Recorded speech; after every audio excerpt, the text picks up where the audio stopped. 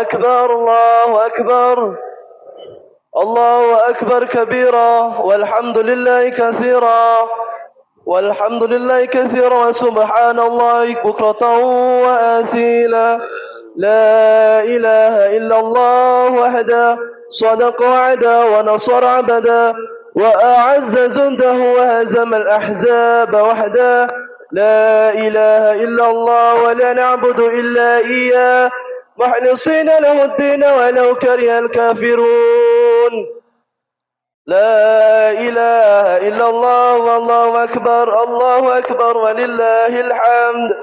معاشر المسلمين وزمرة المؤمنين رحمكم الله، اعلموا أن يومكم هذا يوم العيد الفطري ويوم الأكبر ويوم السرور ويوم المغفور، يوم أحل الله لكم فيه الطعام.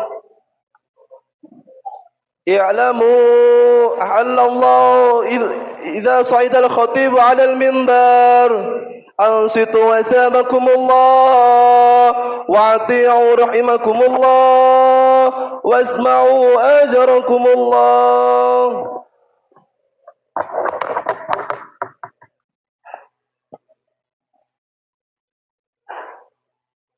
اللهم صل على محمد، اللهم صل على سيدنا محمد، اللهم صل على سيدنا ومولانا محمد والحمد لله رب العالمين.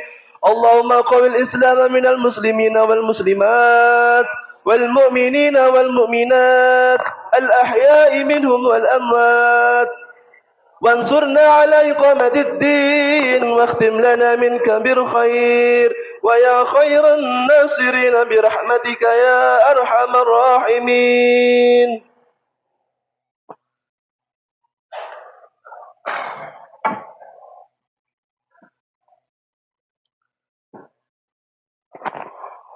الله أكبر الله أكبر الله أكبر الله أكبر الله أكبر الله أكبر الله أكبر الله أكبر الله أكبر. لا إله إلا الله والله أكبر الله أكبر ولله الحمد. الله أكبر كبيرا والحمد لله كثيرا وسبحان الله بكرة وأصيلا. لا إله إلا الله وحده صدق وعده ونصر عبده وأعز جنده وهزم الأحزاب وحده. لا إله إلا الله ولا نعبد إلا إياه ولا نعبد إلا إياه ولا نعبد إلا إياه مخلصين له الدين ولو كره الكافرون.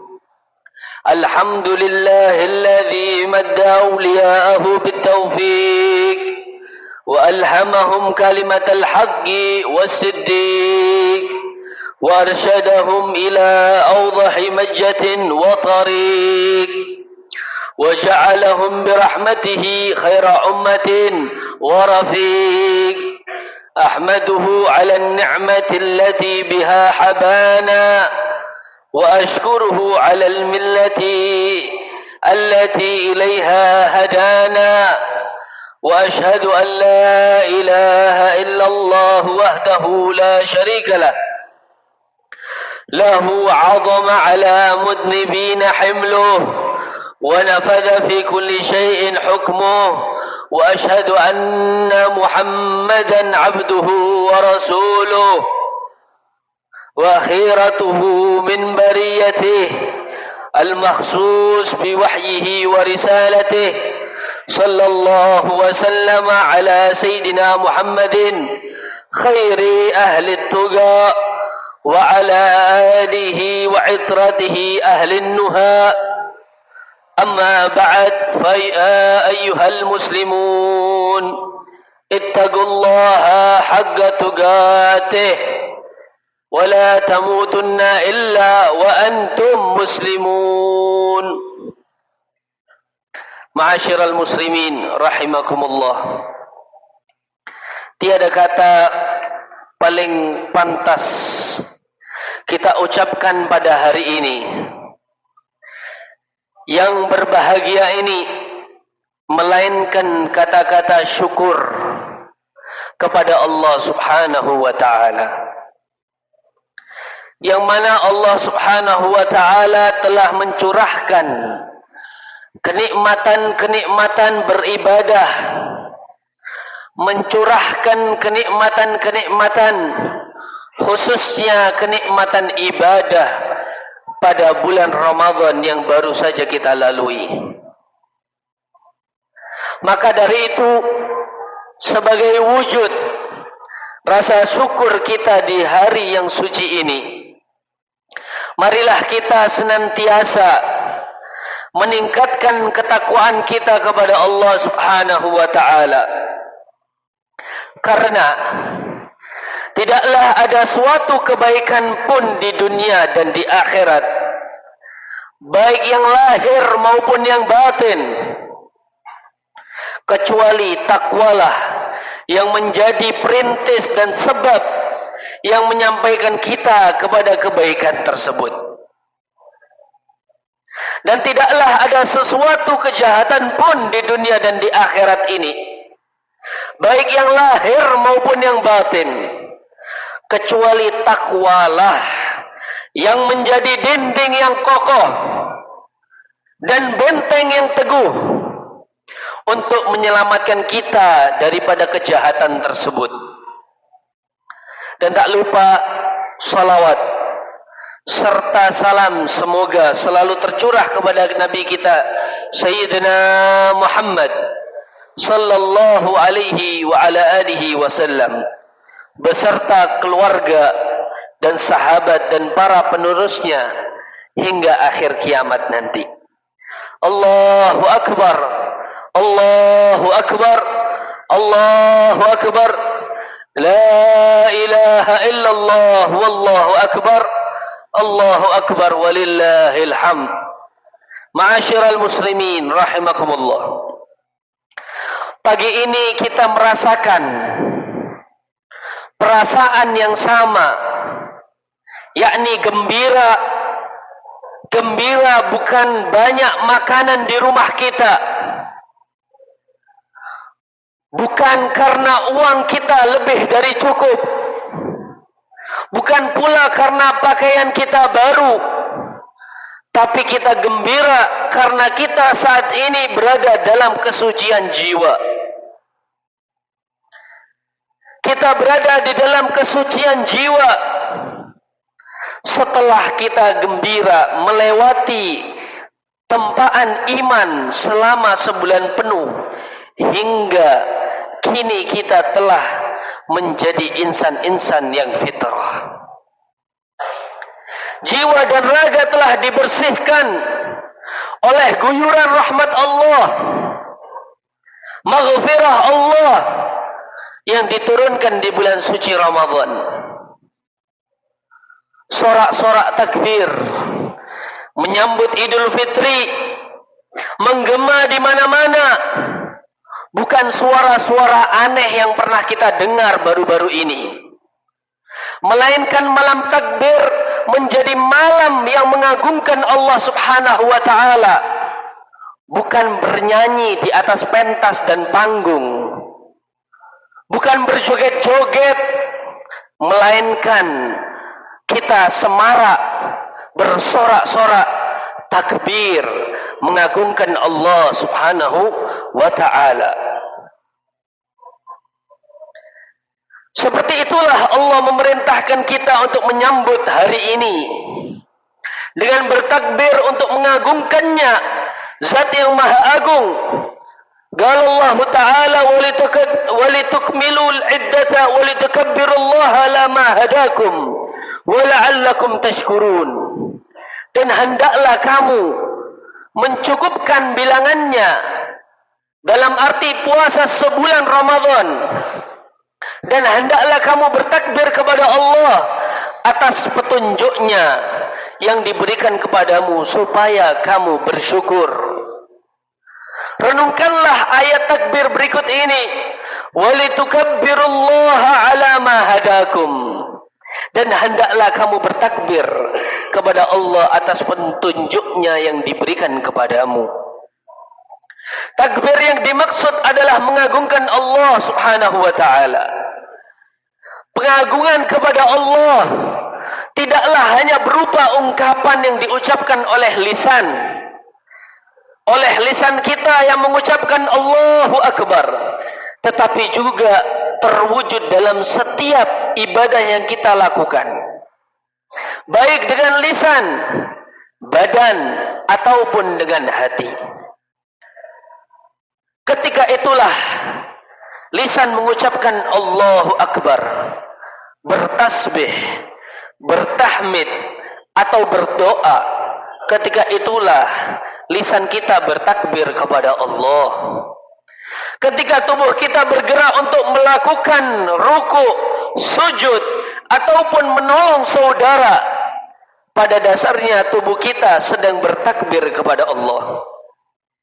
Ketika melakukan semua bentuk ibadah seperti solat, berpuasa, zakat, haji, semua ibadah lain, pada saat itulah kita bertakbir kepada Allah.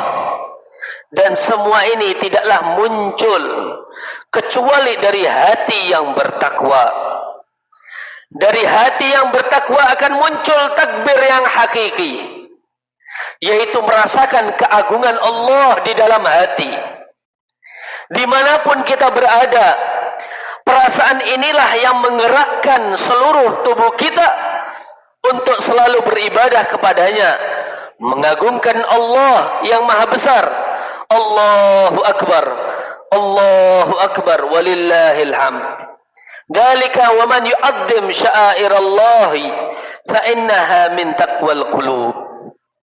Demikianlah perintah Allah dalam siapa mengagungkan syiar-syiar Allah, maka sesungguhnya itu timbul dari ketakwaan hati. Begitulah takbir yang diperintahkan oleh Allah di dalam kitab suci Al-Quran, yaitu mengagungkannya dengan segala totalitas yang kita miliki. Lisan, badan, pikiran, ketika seluruh jiwa ketika bertakbir kepada Allah, ketika itulah kita telah menjadi hamba yang benar-benar bersyukur kepada Allah subhanahu wa ta'ala. Ma'asyiral muslimin rahimakumullah, hari ini adalah hari raya. Hari raya kita sebagai umat muslim. Hari Idul Fitri. Hari di mana kita ungkapkan rasa syukur kita kepada Allah. Hari ini jugalah hari kemenangan. Kemenangan setelah kita berusaha melawan hawa nafsu selama sebulan penuh, maka sudah sepatutnya kita sambut kemenangan ini dengan bergembira. Tetapi perlu kita renungkan, sebenarnya untuk siapakah Id ini? Sebenarnya Idul Fitri ini untuk siapa? Siapa yang akan kita berikan Idul Fitri ini? Apa yang kita berikan untuk Idul Fitri ini? Berkata, laisal Eid liman labisal jadid, walakinnal Eid liman ta'atuhu yazid. Idul Fitri bukanlah milik mereka yang memakai pakaian baru, tetapi Idul Fitri itu hanyalah milik mereka yang ketaatannya kepada Allah bertambah. Ketakutannya dengan Allah sangat-sangat takut, dan dekat dengan Allah sangat-sangat dekat. Laisal Eid liman tajammala bil mablus awil markub, innamal Eid liman ghufirat lahu dzunub. Idul Fitri bukanlah milik mereka yang indah pakaiannya, atau kendaraannya atau rumahnya, tetapi Idul Fitri hanyalah milik mereka yang diampuni dosa-dosanya, yang dikatakan oleh Allah Subhanahu wa taala hamba-hamba yang mendekat kepadanya. Laisal Eid liman akala tayyibat wa tamatta'at bisyahawat wal ladzat, lakinnal Eid liman qubilat taubatuhu wa budilat sayyi'atuhu wa hasanat. Idul Fitri bukanlah bagi mereka yang memakan makanan yang lezat dan bersenang-senang dalam syahwat dan kelezatan, tetapi Idul Fitri hanya bagi orang yang diterima taubatnya dan digantikan kejelekannya dengan kebaikan. Kemenangan itu milik mereka yang diterima taubatnya. Al-Imam Ali bin Abi Thalib di hari Id, beliau memakan roti biasa, roti yang kering tanpa lauk dan pauk. Padahal ketika itu beliau seorang khalifah, seorang pemimpin. Ketika ditanya mengenai hal itu, beliau berkata, hadzal yawm lana 'id wa ghadan lana 'id wa kullu yawmin la na'sillaha ta'ala fihi fahuwa lana 'id. Hari ini bagi kami adalah Id, hari esok pun bagi kami adalah Idul Fitr, dan semua hari yang kami tidak bermaksiat kepada Allah itu di dalamnya maka dikatakan itu hari Id. Itu adalah Idul Fitr menurut Al-Imam Ali karramallahu wajhah. Hadirin rahimakumullah, sepatutnya kita melakukan Idul Fitri dengan gemuruh sunnah Nabi sallallahu alaihi wasallam, dengan semangat yang kita miliki guna mensucikan dan membenarkan jiwa dan raga yang suci ini sampai kita datang di Ramadan yang akan datang. Hadirin rahimakumullah, ingatlah yang disampaikan oleh Al-Imam Ali karramallahu wajhah, setiap hari yang dimana kita tidak bermaksiat kepada Allah, itulah yang dinamakan Idul Fitr. Semoga kita dijadikan oleh Allah orang-orang yang selalu bersyukur dan mengagungkan Allah Subhanahu wa taala, dan semoga kita dijauhkan dari mereka yang selalu lalai untuk mengingatnya. Amin amin ya rabbal alamin. Inna ahsanal kalam wa ablaghan nizam kalamullahil malikil allam, wallahu subhanahu wa ta'ala yaqul wa biqawli yahtadil muhtadun wa idza quri'al qur'ana fastami'u lahu wa ansitu la'allakum turhamun. Wa qala 'azza min qa'il 'alim fa idza qara'tal qur'ana fasta'id billahi minasy syaithanir rajim.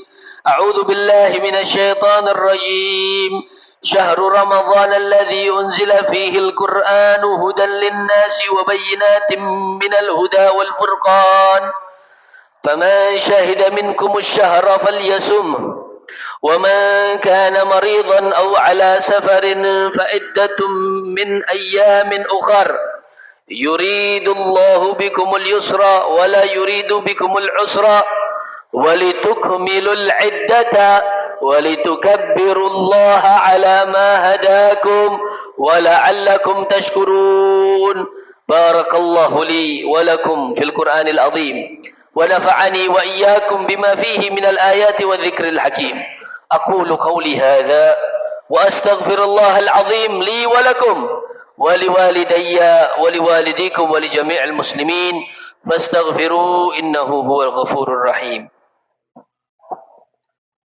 اللهم صل على سيدنا ومولانا محمد وعلى آل سيدنا محمد. اللهم صل وسلم عليه.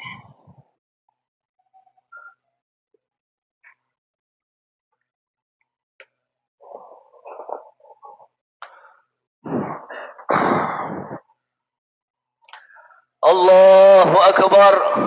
Allahu Akbar. Allahu Akbar. Allahu Akbar. Allahu Akbar. Allahu Akbar. Allahu Akbar. Allahu Akbar. La ilaha illallah wallahu akbar. Allahu akbar walillahil hamd. Allahu akbar kabira walhamdulillahi kathira wa subhanallahi bukratan wa asila. La ilaha illallah wahdah sadaqa wa'dah wa nasara 'abdah wa a'azza jundahu wa hazamal ahzaba wahdah. La ilaha illallah wa la na'budu illa iyyah mukhlisina lahud-din walau karihal kafirun. Alhamdulillahi hamdan katsira kama amar wa ashhadu an la ilaha illallah wahdahu la sharika lah irghaman liman jahada wa kafar wa ashhadu anna sayyidana Muhammadan abduhu wa rasuluh sayyidul khalaiqi wal bashar. Allahumma salli wa sallim wa barik ala sayyidina wa nabiyyina wa maulana Muhammadin wa ala alihi wa ashabihi masabihil ghurar. Amma ba'du, أوصيكم ونفسي بتقوى الله. عباد الله اتقوا الله تعالى من سماع اللغو والفضول الخبر وانتهوا عما نهاكم عنه وزجر. واعلموا أن الله أمركم بأمر بدأ فيه بنفسه وثنى بملائكته المسبحة بقدسه وثلث بكم أيها المؤمنون من برية جنه وإنسه. فقال تعالى مخبرا وآمرا إن الله وملائكته يصلون على النبي يا أيها الذين آمنوا صلوا عليه وسلموا تسليما. اللهم صل وسلم وبارك على سيدنا ومولانا محمد إمام الحرمين وصاحب الحجرتين وعلى آل محمد. فيا أيها الراجون منه شفاعة صلوا عليه وسلموا تسليما. اللهم صل وسلم وبارك على سيدنا محمد ونبينا ومولانا محمد نور القلب وقرة العين وعلى آل محمد. فيا أيها المشتاقون إلى رؤيا جماله صلوا عليه وسلموا تسليما. وعلى جامع القرآن أمير المؤمنين عثمان بن عفان وعلى أسد الله الغالب أمير المؤمنين سيدنا علي بن أبي طالب وعلى ولديه سيدين أبي المحمد الحسن وأبي عبد الله الحسين وعلى أمهما الزهراء البتول بنت الرسول وعلى أميه المعظمين عند الله والناس المطهرين من الدنس والأرجاس أبي عمارة حمزة وأبي الفضل العباس وعلى بقية العشرة المبشرة الذين بايعوه تحت الشجرة طلحة الفياض والحواري الزبير وسعد الهدى وسعيد الخير وعبد الرحمن الزكي الشاكر وأبي عبيدة الزاهد الزاهر رضوان الله تعالى عليهم أجمعين إلى يوم الدين. اللهم أعز الإسلام والمسلمين. اللهم أعز الإسلام والمسلمين. اللهم أعز الإسلام والمسلمين. اللهم انصر إخواننا في فلسطين. اللهم انصر إخواننا في فلسطين. اللهم انصر إخواننا في فلسطين واخذل الكفرة والمبتدعة والمشركين واخذل اليهودية والكفرة والمبتدعة والمشركين اللهم شتت شملهم اللهم فرق جمعهم اللهم دمر ديارهم اللهم انصر من نصر دين محمد واخذل من خذل دين محمد واجعل اللهم بلدتنا هذه آمنة مطمئنة وسائر بلدان المسلمين اللهم هذه آمنة مطمئنة اللهم هذه آمنة مطمئنة بلدتنا إندونيسيا وبلدة المسلمين عامة واكتب اللهم الستر والسلامة والعافية علينا وعلى أبيدك الحجاج والعزاة والمسافرين في برك وبحرك وجوك من أمة محمد أجمعين واغفر للمؤمنين والمؤمنات الأحياء منهم والأموات برحمتك يا أرحم الراحمين اللهم ارفع عنا القهط والغلاء والجور والفتن والوباء وسائر أنواع البلاء من بلدنا خاصة ومن بلدان المسلمين عامة اللهم ادفع عنا شر الطاغين والباغين والظالمين والمعتدين بما شئت وكيف شئت عاجلا غير عاجل في لطف وعافية اللهم اسقنا الغيث والرحمة ولا تجعلنا من القانطين اللهم اسقنا الغيث والرحمة ولا تجعلنا من الآيسين اللهم اسقنا الغيث والرحمة ولا تأخذنا بالسنين اللهم اسقنا واغثنا يا أرحم الراحمين ربنا آتنا في الدنيا حسنة وفي الآخرة حسنة وقنا عذاب النار عباد الله إن الله يأمر بالعدل والإحسان وإيتاء ذي القربى وينهى عن الفحشاء والمنكر والبغي يعظكم لعلكم تذكرون واذكروا الله العظيم يذكركم واشكروا له على نعمه يزدكم واستغفروا يغفر لكم ولذكر الله أكبر.